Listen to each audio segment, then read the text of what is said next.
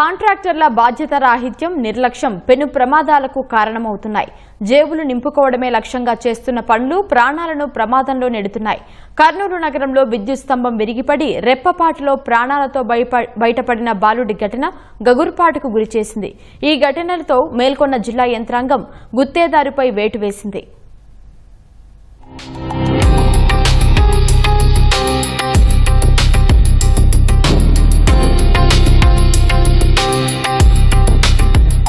కర్నూలు నగరంలోని అశోక్ నగర్లో మంగళవారం ఉదయం 7:30 గంటల సమయంలో ఓ బాలుడు నడుచుకుంటూ వెళుతున్నాడు. అదే సమయంలో స్థానికులు కేకలు వేశారు. వెంటనే అప్రమత్తమైన ఆ బాలుడు వెనక్కి పరుగులు తీశాడు. క్షణాల్లోనే విద్యుత్ స్తంభం కూలిపోయింది. విద్యుత్ వైర్లు, కేబుల్ వైర్లు నేలపై పడిపోయాయి. విద్యుత్ ఉండడంతో నిప్పురవ్వలు చెలరేగాయి. రెప్పపాటులో బాలుడు ప్రాణాలతో బయటపడ్డాడు. ఈ దృశ్యాలు సీసీ కెమెరాలో రికార్డయ్యాయి. సామాజిక మాధ్యమాల్లో వైరల్గా మారాయి.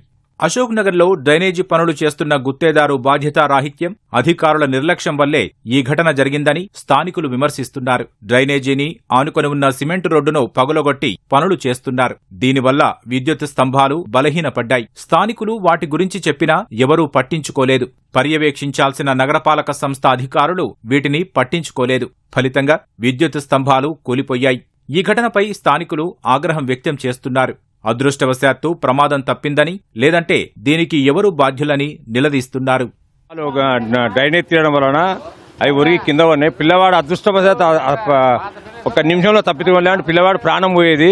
ఇది ఎలక్ట్రికల్ డిపార్ట్మెంట్ వాళ్ళు కానీ డ్రైనేజ్ తీసే మున్సిపాలిటీ వాళ్ళని త్వరగా చర్యలు తీసుకోకుండా నిర్లక్ష్యం వల్ల ఈ ప్రమాదం జరిగింది. ఇంతకుముందు తర్వాతనైనా ఇలా జరగకుండా జాగ్రత్త విధాలని చెప్పి ప్రభుత్వాన్ని కోరుతూ ప్రభుత్వం తన చర్య తీసుకోవాలని కోరుతున్నాను.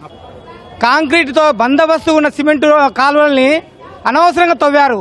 ఆ తవ్వడం వల్ల పక్కన ఉన్న స్తంభాలు ఒరిగి ఉన్నాయి. దానిని గమనించడం లేదు కాంట్రాక్టర్లు కానీ వర్కర్స్ కానీ.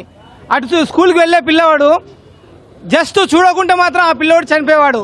ఆ పిల్లోని ప్రాణం పోయింటే కట్టించే వాళ్ళ వీళ్ళు ఏం చేస్తున్నారు అధికారులు? ఈ విషయంలో ఖచ్చితంగా చర్యలు తీసుకోవాల్సిందిగా మేము గవర్నమెంట్ని కోరుతున్నాము.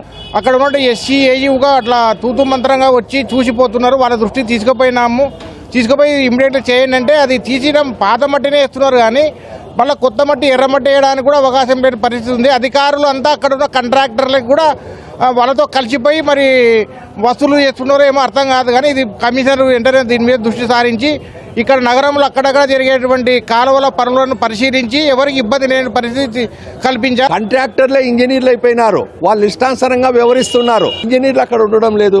అసలు ఇంజనీర్లకు పట్టనే పట్టదు. మేము పట్టణ పౌర సంక్షేమ సంఘంగా మొన్న 15 రోజుల కిందట కమిషనర్ గారికి చెప్పాం, సార్ ఏదైనా పనులు ప్రారంభించేటప్పుడు మీరు పరిశీలించండి, మీరు కాంట్రాక్టర్లకు వదిలిపెట్టొద్దండి.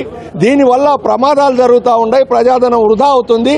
వెంటనే మీరు సీరియస్గా స్పందించాలని చెప్పి జిల్లా ఉన్నతాధికారులకు మనవి చేస్తా ఉన్నాను.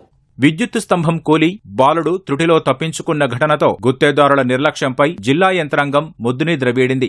కాంట్రాక్టర్తో పాటు సంబంధిత అధికారులపై చర్యలు తీసుకోవాలని నగరపాలక సంస్థ అధికారులను జిల్లా కలెక్టర్ ఆదేశించారు. కాంట్రాక్టర్ను బ్లాక్ లిస్టులో పెట్టాలని స్పష్టం చేశారు. విద్యుత్ శాఖ ఉన్నతాధికారుల ఫిర్యాదు మేరకు గుత్తేదారుపై కర్నూలు 2వ పట్టణ పోలీస్ స్టేషన్లో కేసు నమోదు చేశారు.